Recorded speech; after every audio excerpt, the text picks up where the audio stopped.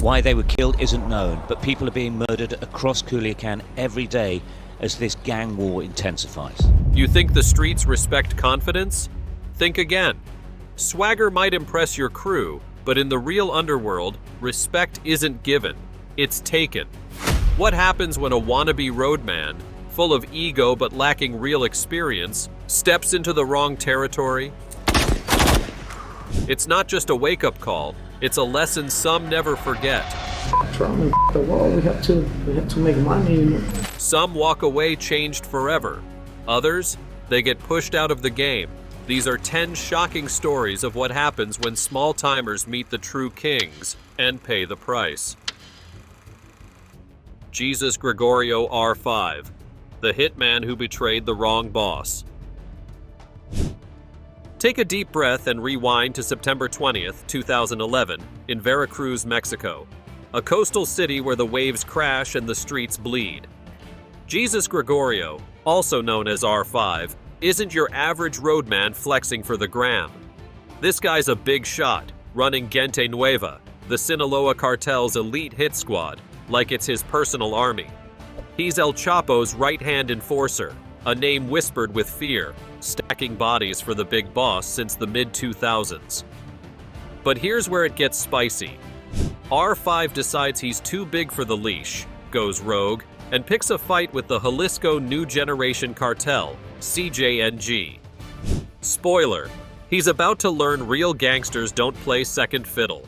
Okay, let me bring you up to speed. Sinaloa has been king since the 80s, thanks to Joaquin El Chapo Guzman, whose leadership brought the cartel influence, cash, and global reach. R5's crew, Gente Nueva, was born to smash rivals like the Zetas, and they're good at it. September 20th, R5 flexes hard. 35 bodies hit the streets during rush hour, notes pinned to them claiming Gente Nueva's cleaning house. No more extortion, they say, posing as vigilantes. Bold move, right? But then he turns on CJNG, El Mencho's rising empire, thinking he can outgun the new kids. Bad call. CJNG's been climbing fast since splitting from Sinaloa in 2010, and they don't vibe with disloyalty. CJNG's hitmen, led by a hitter under Nestor Isidro El Nini Cantis, were sent to track him down. They caught him slipping, and it was game over. R5 was brought to his knees, roughed up, staring down his own gun. One shot, bam, he's done, courtesy of the CJNG. No long speeches, just cold efficiency. His squad's toast too, scattered or flipped. That clip hits the streets like a thunderclap. Sinaloa's golden boy turned cautionary tale. El Chapo's empire takes the loss, and CJNG's star rises higher. What's surprising is R5 thought he could rewrite the rules. Seriously? Sinaloa ruled Mexico's drug game, but CJNG was hungrier. By 2011, they're already notorious for stunts like the Veracruz dump. Going rogue against El Mencho's crew, who'd later dominate half the country, was like poking a lion with a toothpick. R5 had the muscle, sure, but not the brains to see CJNG wasn't bluffing. That gun to the head end? Pure gangster poetry. His own weapon, his own grave. Here's the deal. Real gangsters don't forgive a turncoat. R5 learned that with his last breath.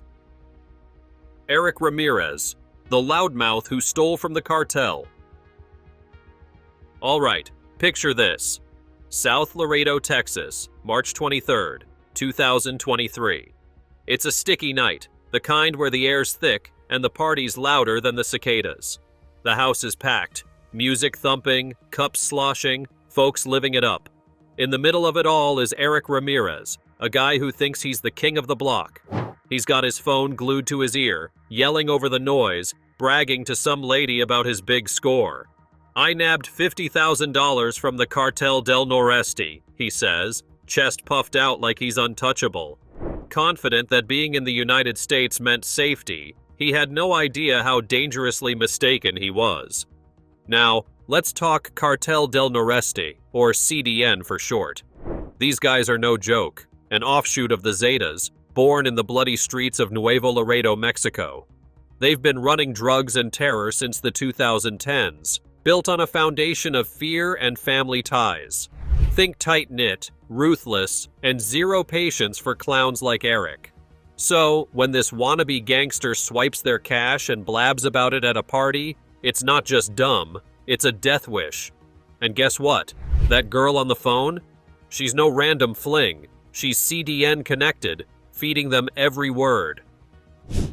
2 hours past midnight, the party was still rocking, until a blue Dodge Ram screeched up. 3 masked guys jump out, guns gleaming, moving like they've done this before. They storm in, grab Eric mid-sentence and haul him out. Cups hit the floor, screams cut the air. He's in the truck before anyone blinks. The truck blasts into Mexico, and poof, Eric's gone. FBI got on the trail and they nabbed the driver, Jonathan Cavriales. He spills. Yeah, Eric took the money and they sent us to get him. Where's Eric now? And he has been silent to date. This roadman thought a border would save him. Really? CDN's been flexing across Texas and Mexico for years. Laredo is their playground. Stealing from them isn't a flex, it's a one-way ticket to nowhere. They don't care about your green card. They've got reach that would make your head spin. Eric went from party champ to missing person faster than you can say bad move. Cops found the truck, witnesses saw the grab, but south of the border? That's CDN's world, and they don't send postcards. Yesenia Pacheco, the assassin queen who met her match. Let's zoom back to 2014, Navajoa, Sonora, a sleepy Mexican town where the sun bakes the dirt and secrets simmer beneath. Meet Yesenia Pacheco, better known as La Güera Loca, the crazy witch. She's no ordinary roadman flexing for clout. This lady's a legend in the Gulf Cartel, a blonde tornado of terror who climbed from lookout to leading Los Rusos, an elite hit squad. By October 23rd, she's got a record that'd make your jaw drop. Years of taking out Los Zetas rivals with a grin. But here's where it flips. Her reign is about to crash, and the real gangsters she hunted are ready to flip the script. Let's set the stage. The Gulf Cartel's been slugging it out with the Zetas since the early 2000s. A blood feud that turned Mexico into a war zone. Yesenia joined in 2009, starting as a halcon, a hawk spotting trouble, before earning her stripes. By 2010, she's running Los Rusos, turning heads with her brutal playbook. We're talking ambushes, traps, the works. Scores of Zetas fell to her crew. Her big moment was in 2011 when a video leak showed her decapitating a Zeta cartel member, smiling like it's a Sunday hobby, while her team watched in appraisal. That clip dubbed her the blonde psycho, and she loves it. But real gangsters don't play for likes, they play for keeps. Fast forward to July 2014, and Yesenia's on top, untouchable, until she's not. 3 Zeta hit squads roll into Navajoa, eyes locked on her. She's ambushed hard, no warning, no escape. Her crew drops fast, but the Zetas save the best for her. They don't rush it, think slow, deliberate payback. She's dragged off, and what happens next gets filmed for the streets. Let's keep it chill. They make her suffer, then leave her in a briefcase at a landfill. Cops find her days later, a stern trophy of Zeta revenge. The message? Even the toughest roadman falls when the real gangsters strike back. Yesenia thought she could dance this dance forever. Seriously? The Zetas, ex-military men who split from Gulf in 2010, built an empire on fear. By 2014, they're fractured but still lethal. She'd been their nightmare for years, but underestimating them was her fatal slip. That landfill drop wasn't just a win, it was a billboard. Cross us, and we'll squash you. Her rise from lookout to queen was wild, but her end proved who really rules. Cops confirmed it, Zeta signatures all over the hit. The streets went quiet, whispering her name like a ghost story. Karem Lisbeth Yepes Ortiz, the bride who paid for her brother's war. Can a wedding day turn into a death trap just because of who you know? That's Karem Lisbeth Ortiz, finding out the hard way in January 2020 in Guanajuato, Mexico. All right, let's step into Guanajuato, Mexico, a place where the sun shines but the shadows bite hard. It's supposed to be a big day for Karem Lisbeth Yepes Ortiz, or Laura to her crew. She's walking down the aisle, white dress flowing, all set to tie the knot with her man, El Calamardo, a cartel player with a name that screams trouble. The church is buzzing, flowers everywhere, guests smiling. Karem's on cloud 9, thinking she's got it all. Love, power, the works. But here's the twist she didn't see coming. Her wedding's about to crash harder than a piñata at a kid's party. Why? She's tied to the wrong family, and the Jalisco New Generation Cartel, CJNG, doesn't RSVP, they bring receipts. Let's get straight into the context. Karem's brother is Jose Antonio Yepes Ortiz, also known as El Maro, head of the Cartel de Santa Rosa de Lima, or CSRL. These guys got big stealing fuel from Pemex pipelines, huachicol, they call it, raking in millions since the mid-2010s. El Maro turned CSRL into a force, but that flex put a target on their backs. Enter CJNG, led by Nemesio Oseguera Cervantes. El Mencho, a cartel so ruthless they make nightmares look cuddly. By 2019, CSRL and CJNG were at war, trading ambushes and bodies.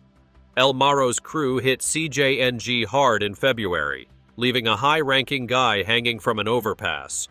Bad move. CJNG doesn't forget, and Karem's big day was payback time. Mid-vows, 3 trucks roll up outside. No wedding crashers here, just CJNG hitmen, strapped with vests and firepower. The priest barely gets. I do out before the doors burst open. Chaos erupts. Bullets fly, guests dive, and an 18-year-old biker outside catches the wrong end of it. Karem doesn't even scream. She's grabbed fast, and El Calamardo's hauled off too. The hitmen don't linger. They're gone, leaving Karem's dream day a crime scene. She doesn't make it out alive. It's a brutal message to El Maro. Mess with us, and we hit where it hurts. Her groom? Vanished into CJNG's grip. What's wild is Karem thought she could strut through this life unscathed. Her brother's war with CJNG, Mexico's fastest rising cartel since splitting from Sinaloa in 2010, was a ticking bomb. El Mencho's crew controls Jalisco and beyond, known for stunts like dumping 35 bodies in Veracruz. This wasn't random, it was personal. El Maro got the memo loud and clear. 6 months later, August 2nd, 2020, he's nabbed by Mexican cops, resulting in CSRL crumbling. Cum's wedding became her funeral, all because a roadman's sister danced too close to a gangster's flame. Gabriela Lima Santana, the birthday girl who never made it. Gabriela Lima Santana's got a big day the next day. Her birthday's on the 14th of March, 2024, and she's buzzing. She's a roadman in spirit, tough-talking, tattooed, maybe tied to the wrong crowd, but she's all about the party plans. Family's expecting her home, friends are hyped, she's the life of the vibe. But here's the gut punch. While she's out, someone's watching, and the real gangsters from Bala Nakara are about to turn her celebration into a nightmare nobody saw coming. Bala Nakara, bullet in the face, isn't your average crew. They're a Brazilian gang that's been tearing up the South since 2010, born from prison riots and street beefs. Their name's no bluff. They control turf with raw intimidation, moving drugs and settling scores. Gabriela? She's small-time, maybe linked to a rival clique through those tattoos, but she's no match for these heavyweights. March 13th rolls on, and she vanishes. Poof, like smoke. Family's calling, no answer. Cops say she crossed paths with a 49-year-old Bala Nakara enforcer and his 23-year-old sidekick. Maybe it's revenge. Maybe she talked too loud. Motive's fuzzy, but the result isn't. They grab her, and by March 24th, municipal workers fish a suitcase from a ditch in Capao da Canoa. Inside, her limbs, torso, packed tight with stones, tools like saws scattered nearby. The butcher's caught on camera, smug as ever, turning her birthday into his trophy. Her family's gutted, trying to identify what's left, while Bala Nakara flexes their grip. What's crazy is Gabriela thought she could roll in this world unbothered. Really? Bala Nakara's been a terror since Brazil's gang wars spiked.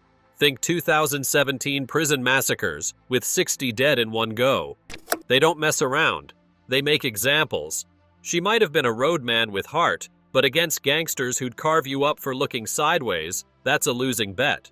The suitcase wasn't just a dump, it was a warning. Step out of line, and you're next. Fofo Marquez, the influencer who flexed too hard. What's it like to flex so hard you wake up a sleeping giant? That's Fofo Marquez, a 25-year-old TikTok star who found out when his big stunt in Guadalajara pissed off the Jalisco New Generation cartel. Alright, buckle up for July 7th, 2022, in Guadalajara, Mexico. A city humming with life, where the tequila flows and the streets don't sleep. Enter Fofo Marquez, a roadman with a TikTok crown and an ego bigger than his 3 million followers. Born into cash, he's all about the flex. Luxury cars, club nights, dripping in designer. Today, he's feeling extra bold, staging a stunt on the Matute-Remus Bridge. He parks 3 shiny rides, think Lambos and Porsches, right across it, stops traffic cold, and films the madness. This is power, he brags to his fans, strutting like he owns Jalisco. Oh Fofo, you just rang the wrong doorbell. The Jalisco New Generation cartel's home turf. Let's get real. CJNG, led by Nemesio El Mencho Oseguera, isn't your neighborhood crew. They don't play when it comes to respect, especially in their backyard. Fofo's stunt? It's not just a traffic jam, it's a slap to their control. Horns blare, social media erupts, and the mayor's fuming, threatening charges. TikTok bans him. He's forced to grovel with an apology and some bridge cleanup. But the real heat is coming. CJNG doesn't care about likes. Days later, an anonymous message drops online. Step in Guadalajara again, and no money saves you. It's got cartel vibes written all over it. Short, sharp, chilling. Fofo's stunt went viral all right, but it caught the wrong eyes. CJNG's been known to silence loudmouths. Journalists, rivals, anyone who tests them. Fofo scrambles, ditches the flex, and holes up in his dad's mansion. Armed guards, no windows, talking through a transceiver like he's in a spy flick. For months, he's been a ghost, party king to paranoid wreck. The cartel didn't need to touch him. The fear did the job. Blocking their streets isn't a prank, it's a dare. Fofo's roadman vibes, big talk, flashy moves, crashed into gangster reality, where power's not a filter, it's a fist. He dodged the worst, but that message stuck like a shadow. Guadalajara buzzed. Cops noted the threat. Locals knew the score. Fuo's back online now, quieter, a shell of his old self. El Mencho's revenge, the father who burned the streets. Nemesio El Mencho Oseguera is living large, a rising star in the Milenio cartel, moving product with his crew. He's got family in tow. His 20-year-old son, Antonio Torres, is out front of the health ministry with his sister and aunt. It's a normal day, until it's not. Beltran Leyva organization hitmen roll up, guns blazing, aiming to snatch Antonio. He fights back, but they drop him on the spot. His aunt was hit too. El Mencho's world flips, and this roadman dad is about to show real gangsters don't mourn. They rage. El Mencho's been grinding since the 90s, tied to big names like Javier Torres Felix in the cocaine game. By 2008, he's a Milenio heavy, but the Beltran Leyva brothers split from Sinaloa and are flexing hard, picking fights. Antonio's death isn't random, it's a power play. Bad move. El Mencho's not just a player, he's a volcano. He flips the script, launching a revenge spree that'd make a horror flick blush. Sicarios grab Beltran Leyva guys left and right, dragging them to his ranch.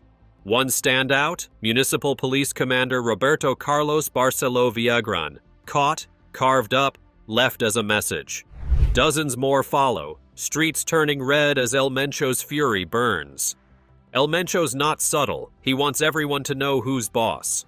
The Beltran Leyva crew reels. They hit his son, but he's hitting back tenfold.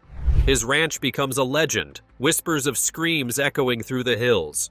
Cops can't ignore it. September rolls in, and 2,000 troops storm the state, seizing guns, drugs, even an armored truck. They nab a photo of El Mencho with his nephew, Mel Torres, plastering it everywhere. By 2011, he's blacklisted by the US, a kingpin on the rise, all sparked by that April day. What's insane is El Mencho thought family was off limits. Turns out, it's the fuse. Really? Beltran Leyva's been bloody since splitting in 2008, but underestimating El Mencho was their fumble. He'd later build CJNG into Mexico's top dog, but this was the start. Grief turned gangster gold. That ranch wasn't just revenge, it was a throne. He didn't stop till the streets screamed his name louder than his son's killers ever could. Cops confirmed the carnage. Kalima's 2008 spike ties to Milenio's war, with Barcelo's end documented. El Mencho's ascent tracks from there. Miroslava Breach, the reporter who dug too deep.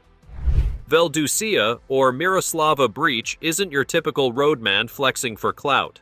She's a 54-year-old journalist, a pen-wielding warrior who spent decades exposing the rot in Mexico's narco world. She's with La Jornada, digging into the Los Salazar crew, a Sinaloa cartel arm running drugs and politics in the Sierra. On that fateful day on March 23, 2017, she's dropping her kid at school, just another mom, until 8 bullets rip through her car. The real gangster she's been chasing? They just turned her school run into a death sentence. Miroslava is no rookie. She's been outing their dirt for years, linking them to murders and rigged elections. Her latest piece? Naming names, exposing how they muscled a mayor into office in Chiapas. That's their turf, and they don't like spotlights. The Sinaloa cartel's a machine, billions in drugs, tunnels to the US, and Los Salazar is their enforcer. Miroslava's words hit like a Molotov, and on March 23rd, they hit back. The aftermath was chilling, and she was gone in minutes. 8 shots, no chance. A note was left which reads, "For being a snitch. Cops scramble, but the streets know the score. Los Salazar doesn't play. Witnesses vanish, fear locks lips, but the trail leads to Los Moreno Ochoa, a Salazar boss. He's nabbed later, tied to the hit via phone records and a getaway car. The message? Speak up, and you're next." Chihuahua's press men and women shrunk overnight. Self-censorship became the new normal. Miroslava's kid survives, but her voice? Silenced. Her death sparked outrage, protests, headlines, but the Salazars shrugged it off. Business as usual. Her story is real, a brutal slice of Mexico's war on words. Here's the deal. Real gangsters don't debate, they erase. Miroslava learned that mid-morning. David Castro, the truck driver who lost it all. Ever wonder what happens when a regular guy stumbles into a cartel's crosshairs? Let's talk about David Castro, a truck driver from El Paso, Texas, who vanished in late September 2002 after a run-in with the Juarez cartel went sideways. He wasn't some wannabe gangster chasing clout, just a hardworking dude with a small transport gig, hauling loads between the US and Mexico. It was steady work, enough to keep his family afloat, nothing flashy. But one job changed everything. A shipment he thought was routine turned out to be a cartel stash worth millions. When it disappeared, so did any chance of David walking away clean. The Juarez cartel has been a beast since the 90s, built by Amado Carrillo Fuentes, the Lord of the Skies, who flew drugs north till his death in 1997. By 2002, they're still a powerhouse, running dope through Ciudad Juarez with a grip that chokes the city. David's load? Legit stuff on top, millions in drugs underneath. When it goes missing, maybe stolen, maybe seized, he's not just out a paycheck, he's on the hook for a fortune. Friends say he wasn't sharp enough to clock the setup, but the cartel doesn't care about your IQ. They see a debt and they want it paid, yesterday. Things get weird fast. Strange cars start circling his El Paso home. Unmarked, tinted, lingering too long. People ask around town, dropping his name like it's hot. David brushes it off at first. Coincidence, right? Wrong. The cartel's closing in, and by late September, he's a wreck. Cryptic calls hit his phone. low voices, clipped threats. Where's our money? He tries to talk his way out, begging for time, but the Juarez crew isn't here for chats. They've got a pattern, bodies in barrels, rivals torched, and David's a speck on their radar. His last shot? A desperate trip to Juarez, maybe to plead, maybe dragged there. That night was the end. Witnesses spot him in Juarez. Several guys, rough and fast, shove him into an SUV. It's brutal, no hesitation. He's kicking, then he's gone, tires squealing into the dark. Feds and snitches later piece it together, taken to some nowhere spot, worked over hard, think fists, tools, no mercy, then silenced for good. The debt? Tied to that lost load, a sum he couldn't dream of coughing up. Searches turn up nada, no body, no clues, just a ghost trail. The cartel's message lands loud, screw us and you're erased. A trucker with no game had zero chance against gangsters who'd kill over a spilled coffee, let alone millions. His family's stuck, praying he's alive, knowing he's not. El Paso cops and feds sniffed around, but Juarez swallowed him whole. Enrique Camarena, the DEA agent who pushed too far. Ever think one guy could shake a cartel so hard they'd stop at nothing to shut him down? That's Enrique Kiki Camarena, a DEA agent whose war on the Guadalajara cartel ended fast and ugly on February 7, 1985. He's no roadman chasing street credibility. Kiki is a 37-year-old ex-Marine from Calexico, California, with a badge and a fire to burn Mexico's drug lords. For years, he's been their headache, ripping apart their operations like it's his day job. That morning, he walks out of the U.S. consulate in Guadalajara, figuring it's routine, until the real gangsters he's been chasing snatch him off the street. Let's set the stage.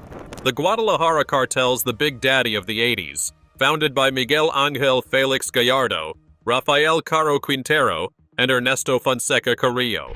They're moving weed and coke like it's a factory line, raking in millions, bribing cops, owning ranches. Kiki was no rookie. He has busted their fields, like the 1984 Rancho Buffalo raid that torched 8,000 tons of marijuana. That stung. $8 billion gone, and the cartel's fuming. February 7th was his reckoning as he was nabbed off the street, thrown into a car by sicarios tied to Quintero. What happens next? A month of hell they'll never air on TV. They take him to a stash house. Beatings, questions, no mercy. Cops find him on March 5th in Michoacan, dumped in a sack, bruised, broken, gone. Autopsy says it took days. They kept him alive to make it hurt. A pilot, Alfredo Zavala, snatched with him, shares the same fate. The cartel's message is ice cold. Mess with our cash, and we'll make you a ghost. Feds go nuts. DEA launches Operation Leyenda, nabbing Quintero in 1989, Gallardo too. Mexico burns as the cartel fractures, but Kiki's win comes posthumous. Kiki's roadman grit, busting fields, flipping informants, rattled a machine that would kill a Fed without blinking. That stash house wasn't just a hit, it was a warning to every badge south of the border. His death sparked the modern drug war, US pressure, cartel splits, but back then, it was gangster checkmate. DEA records and court documents lock it.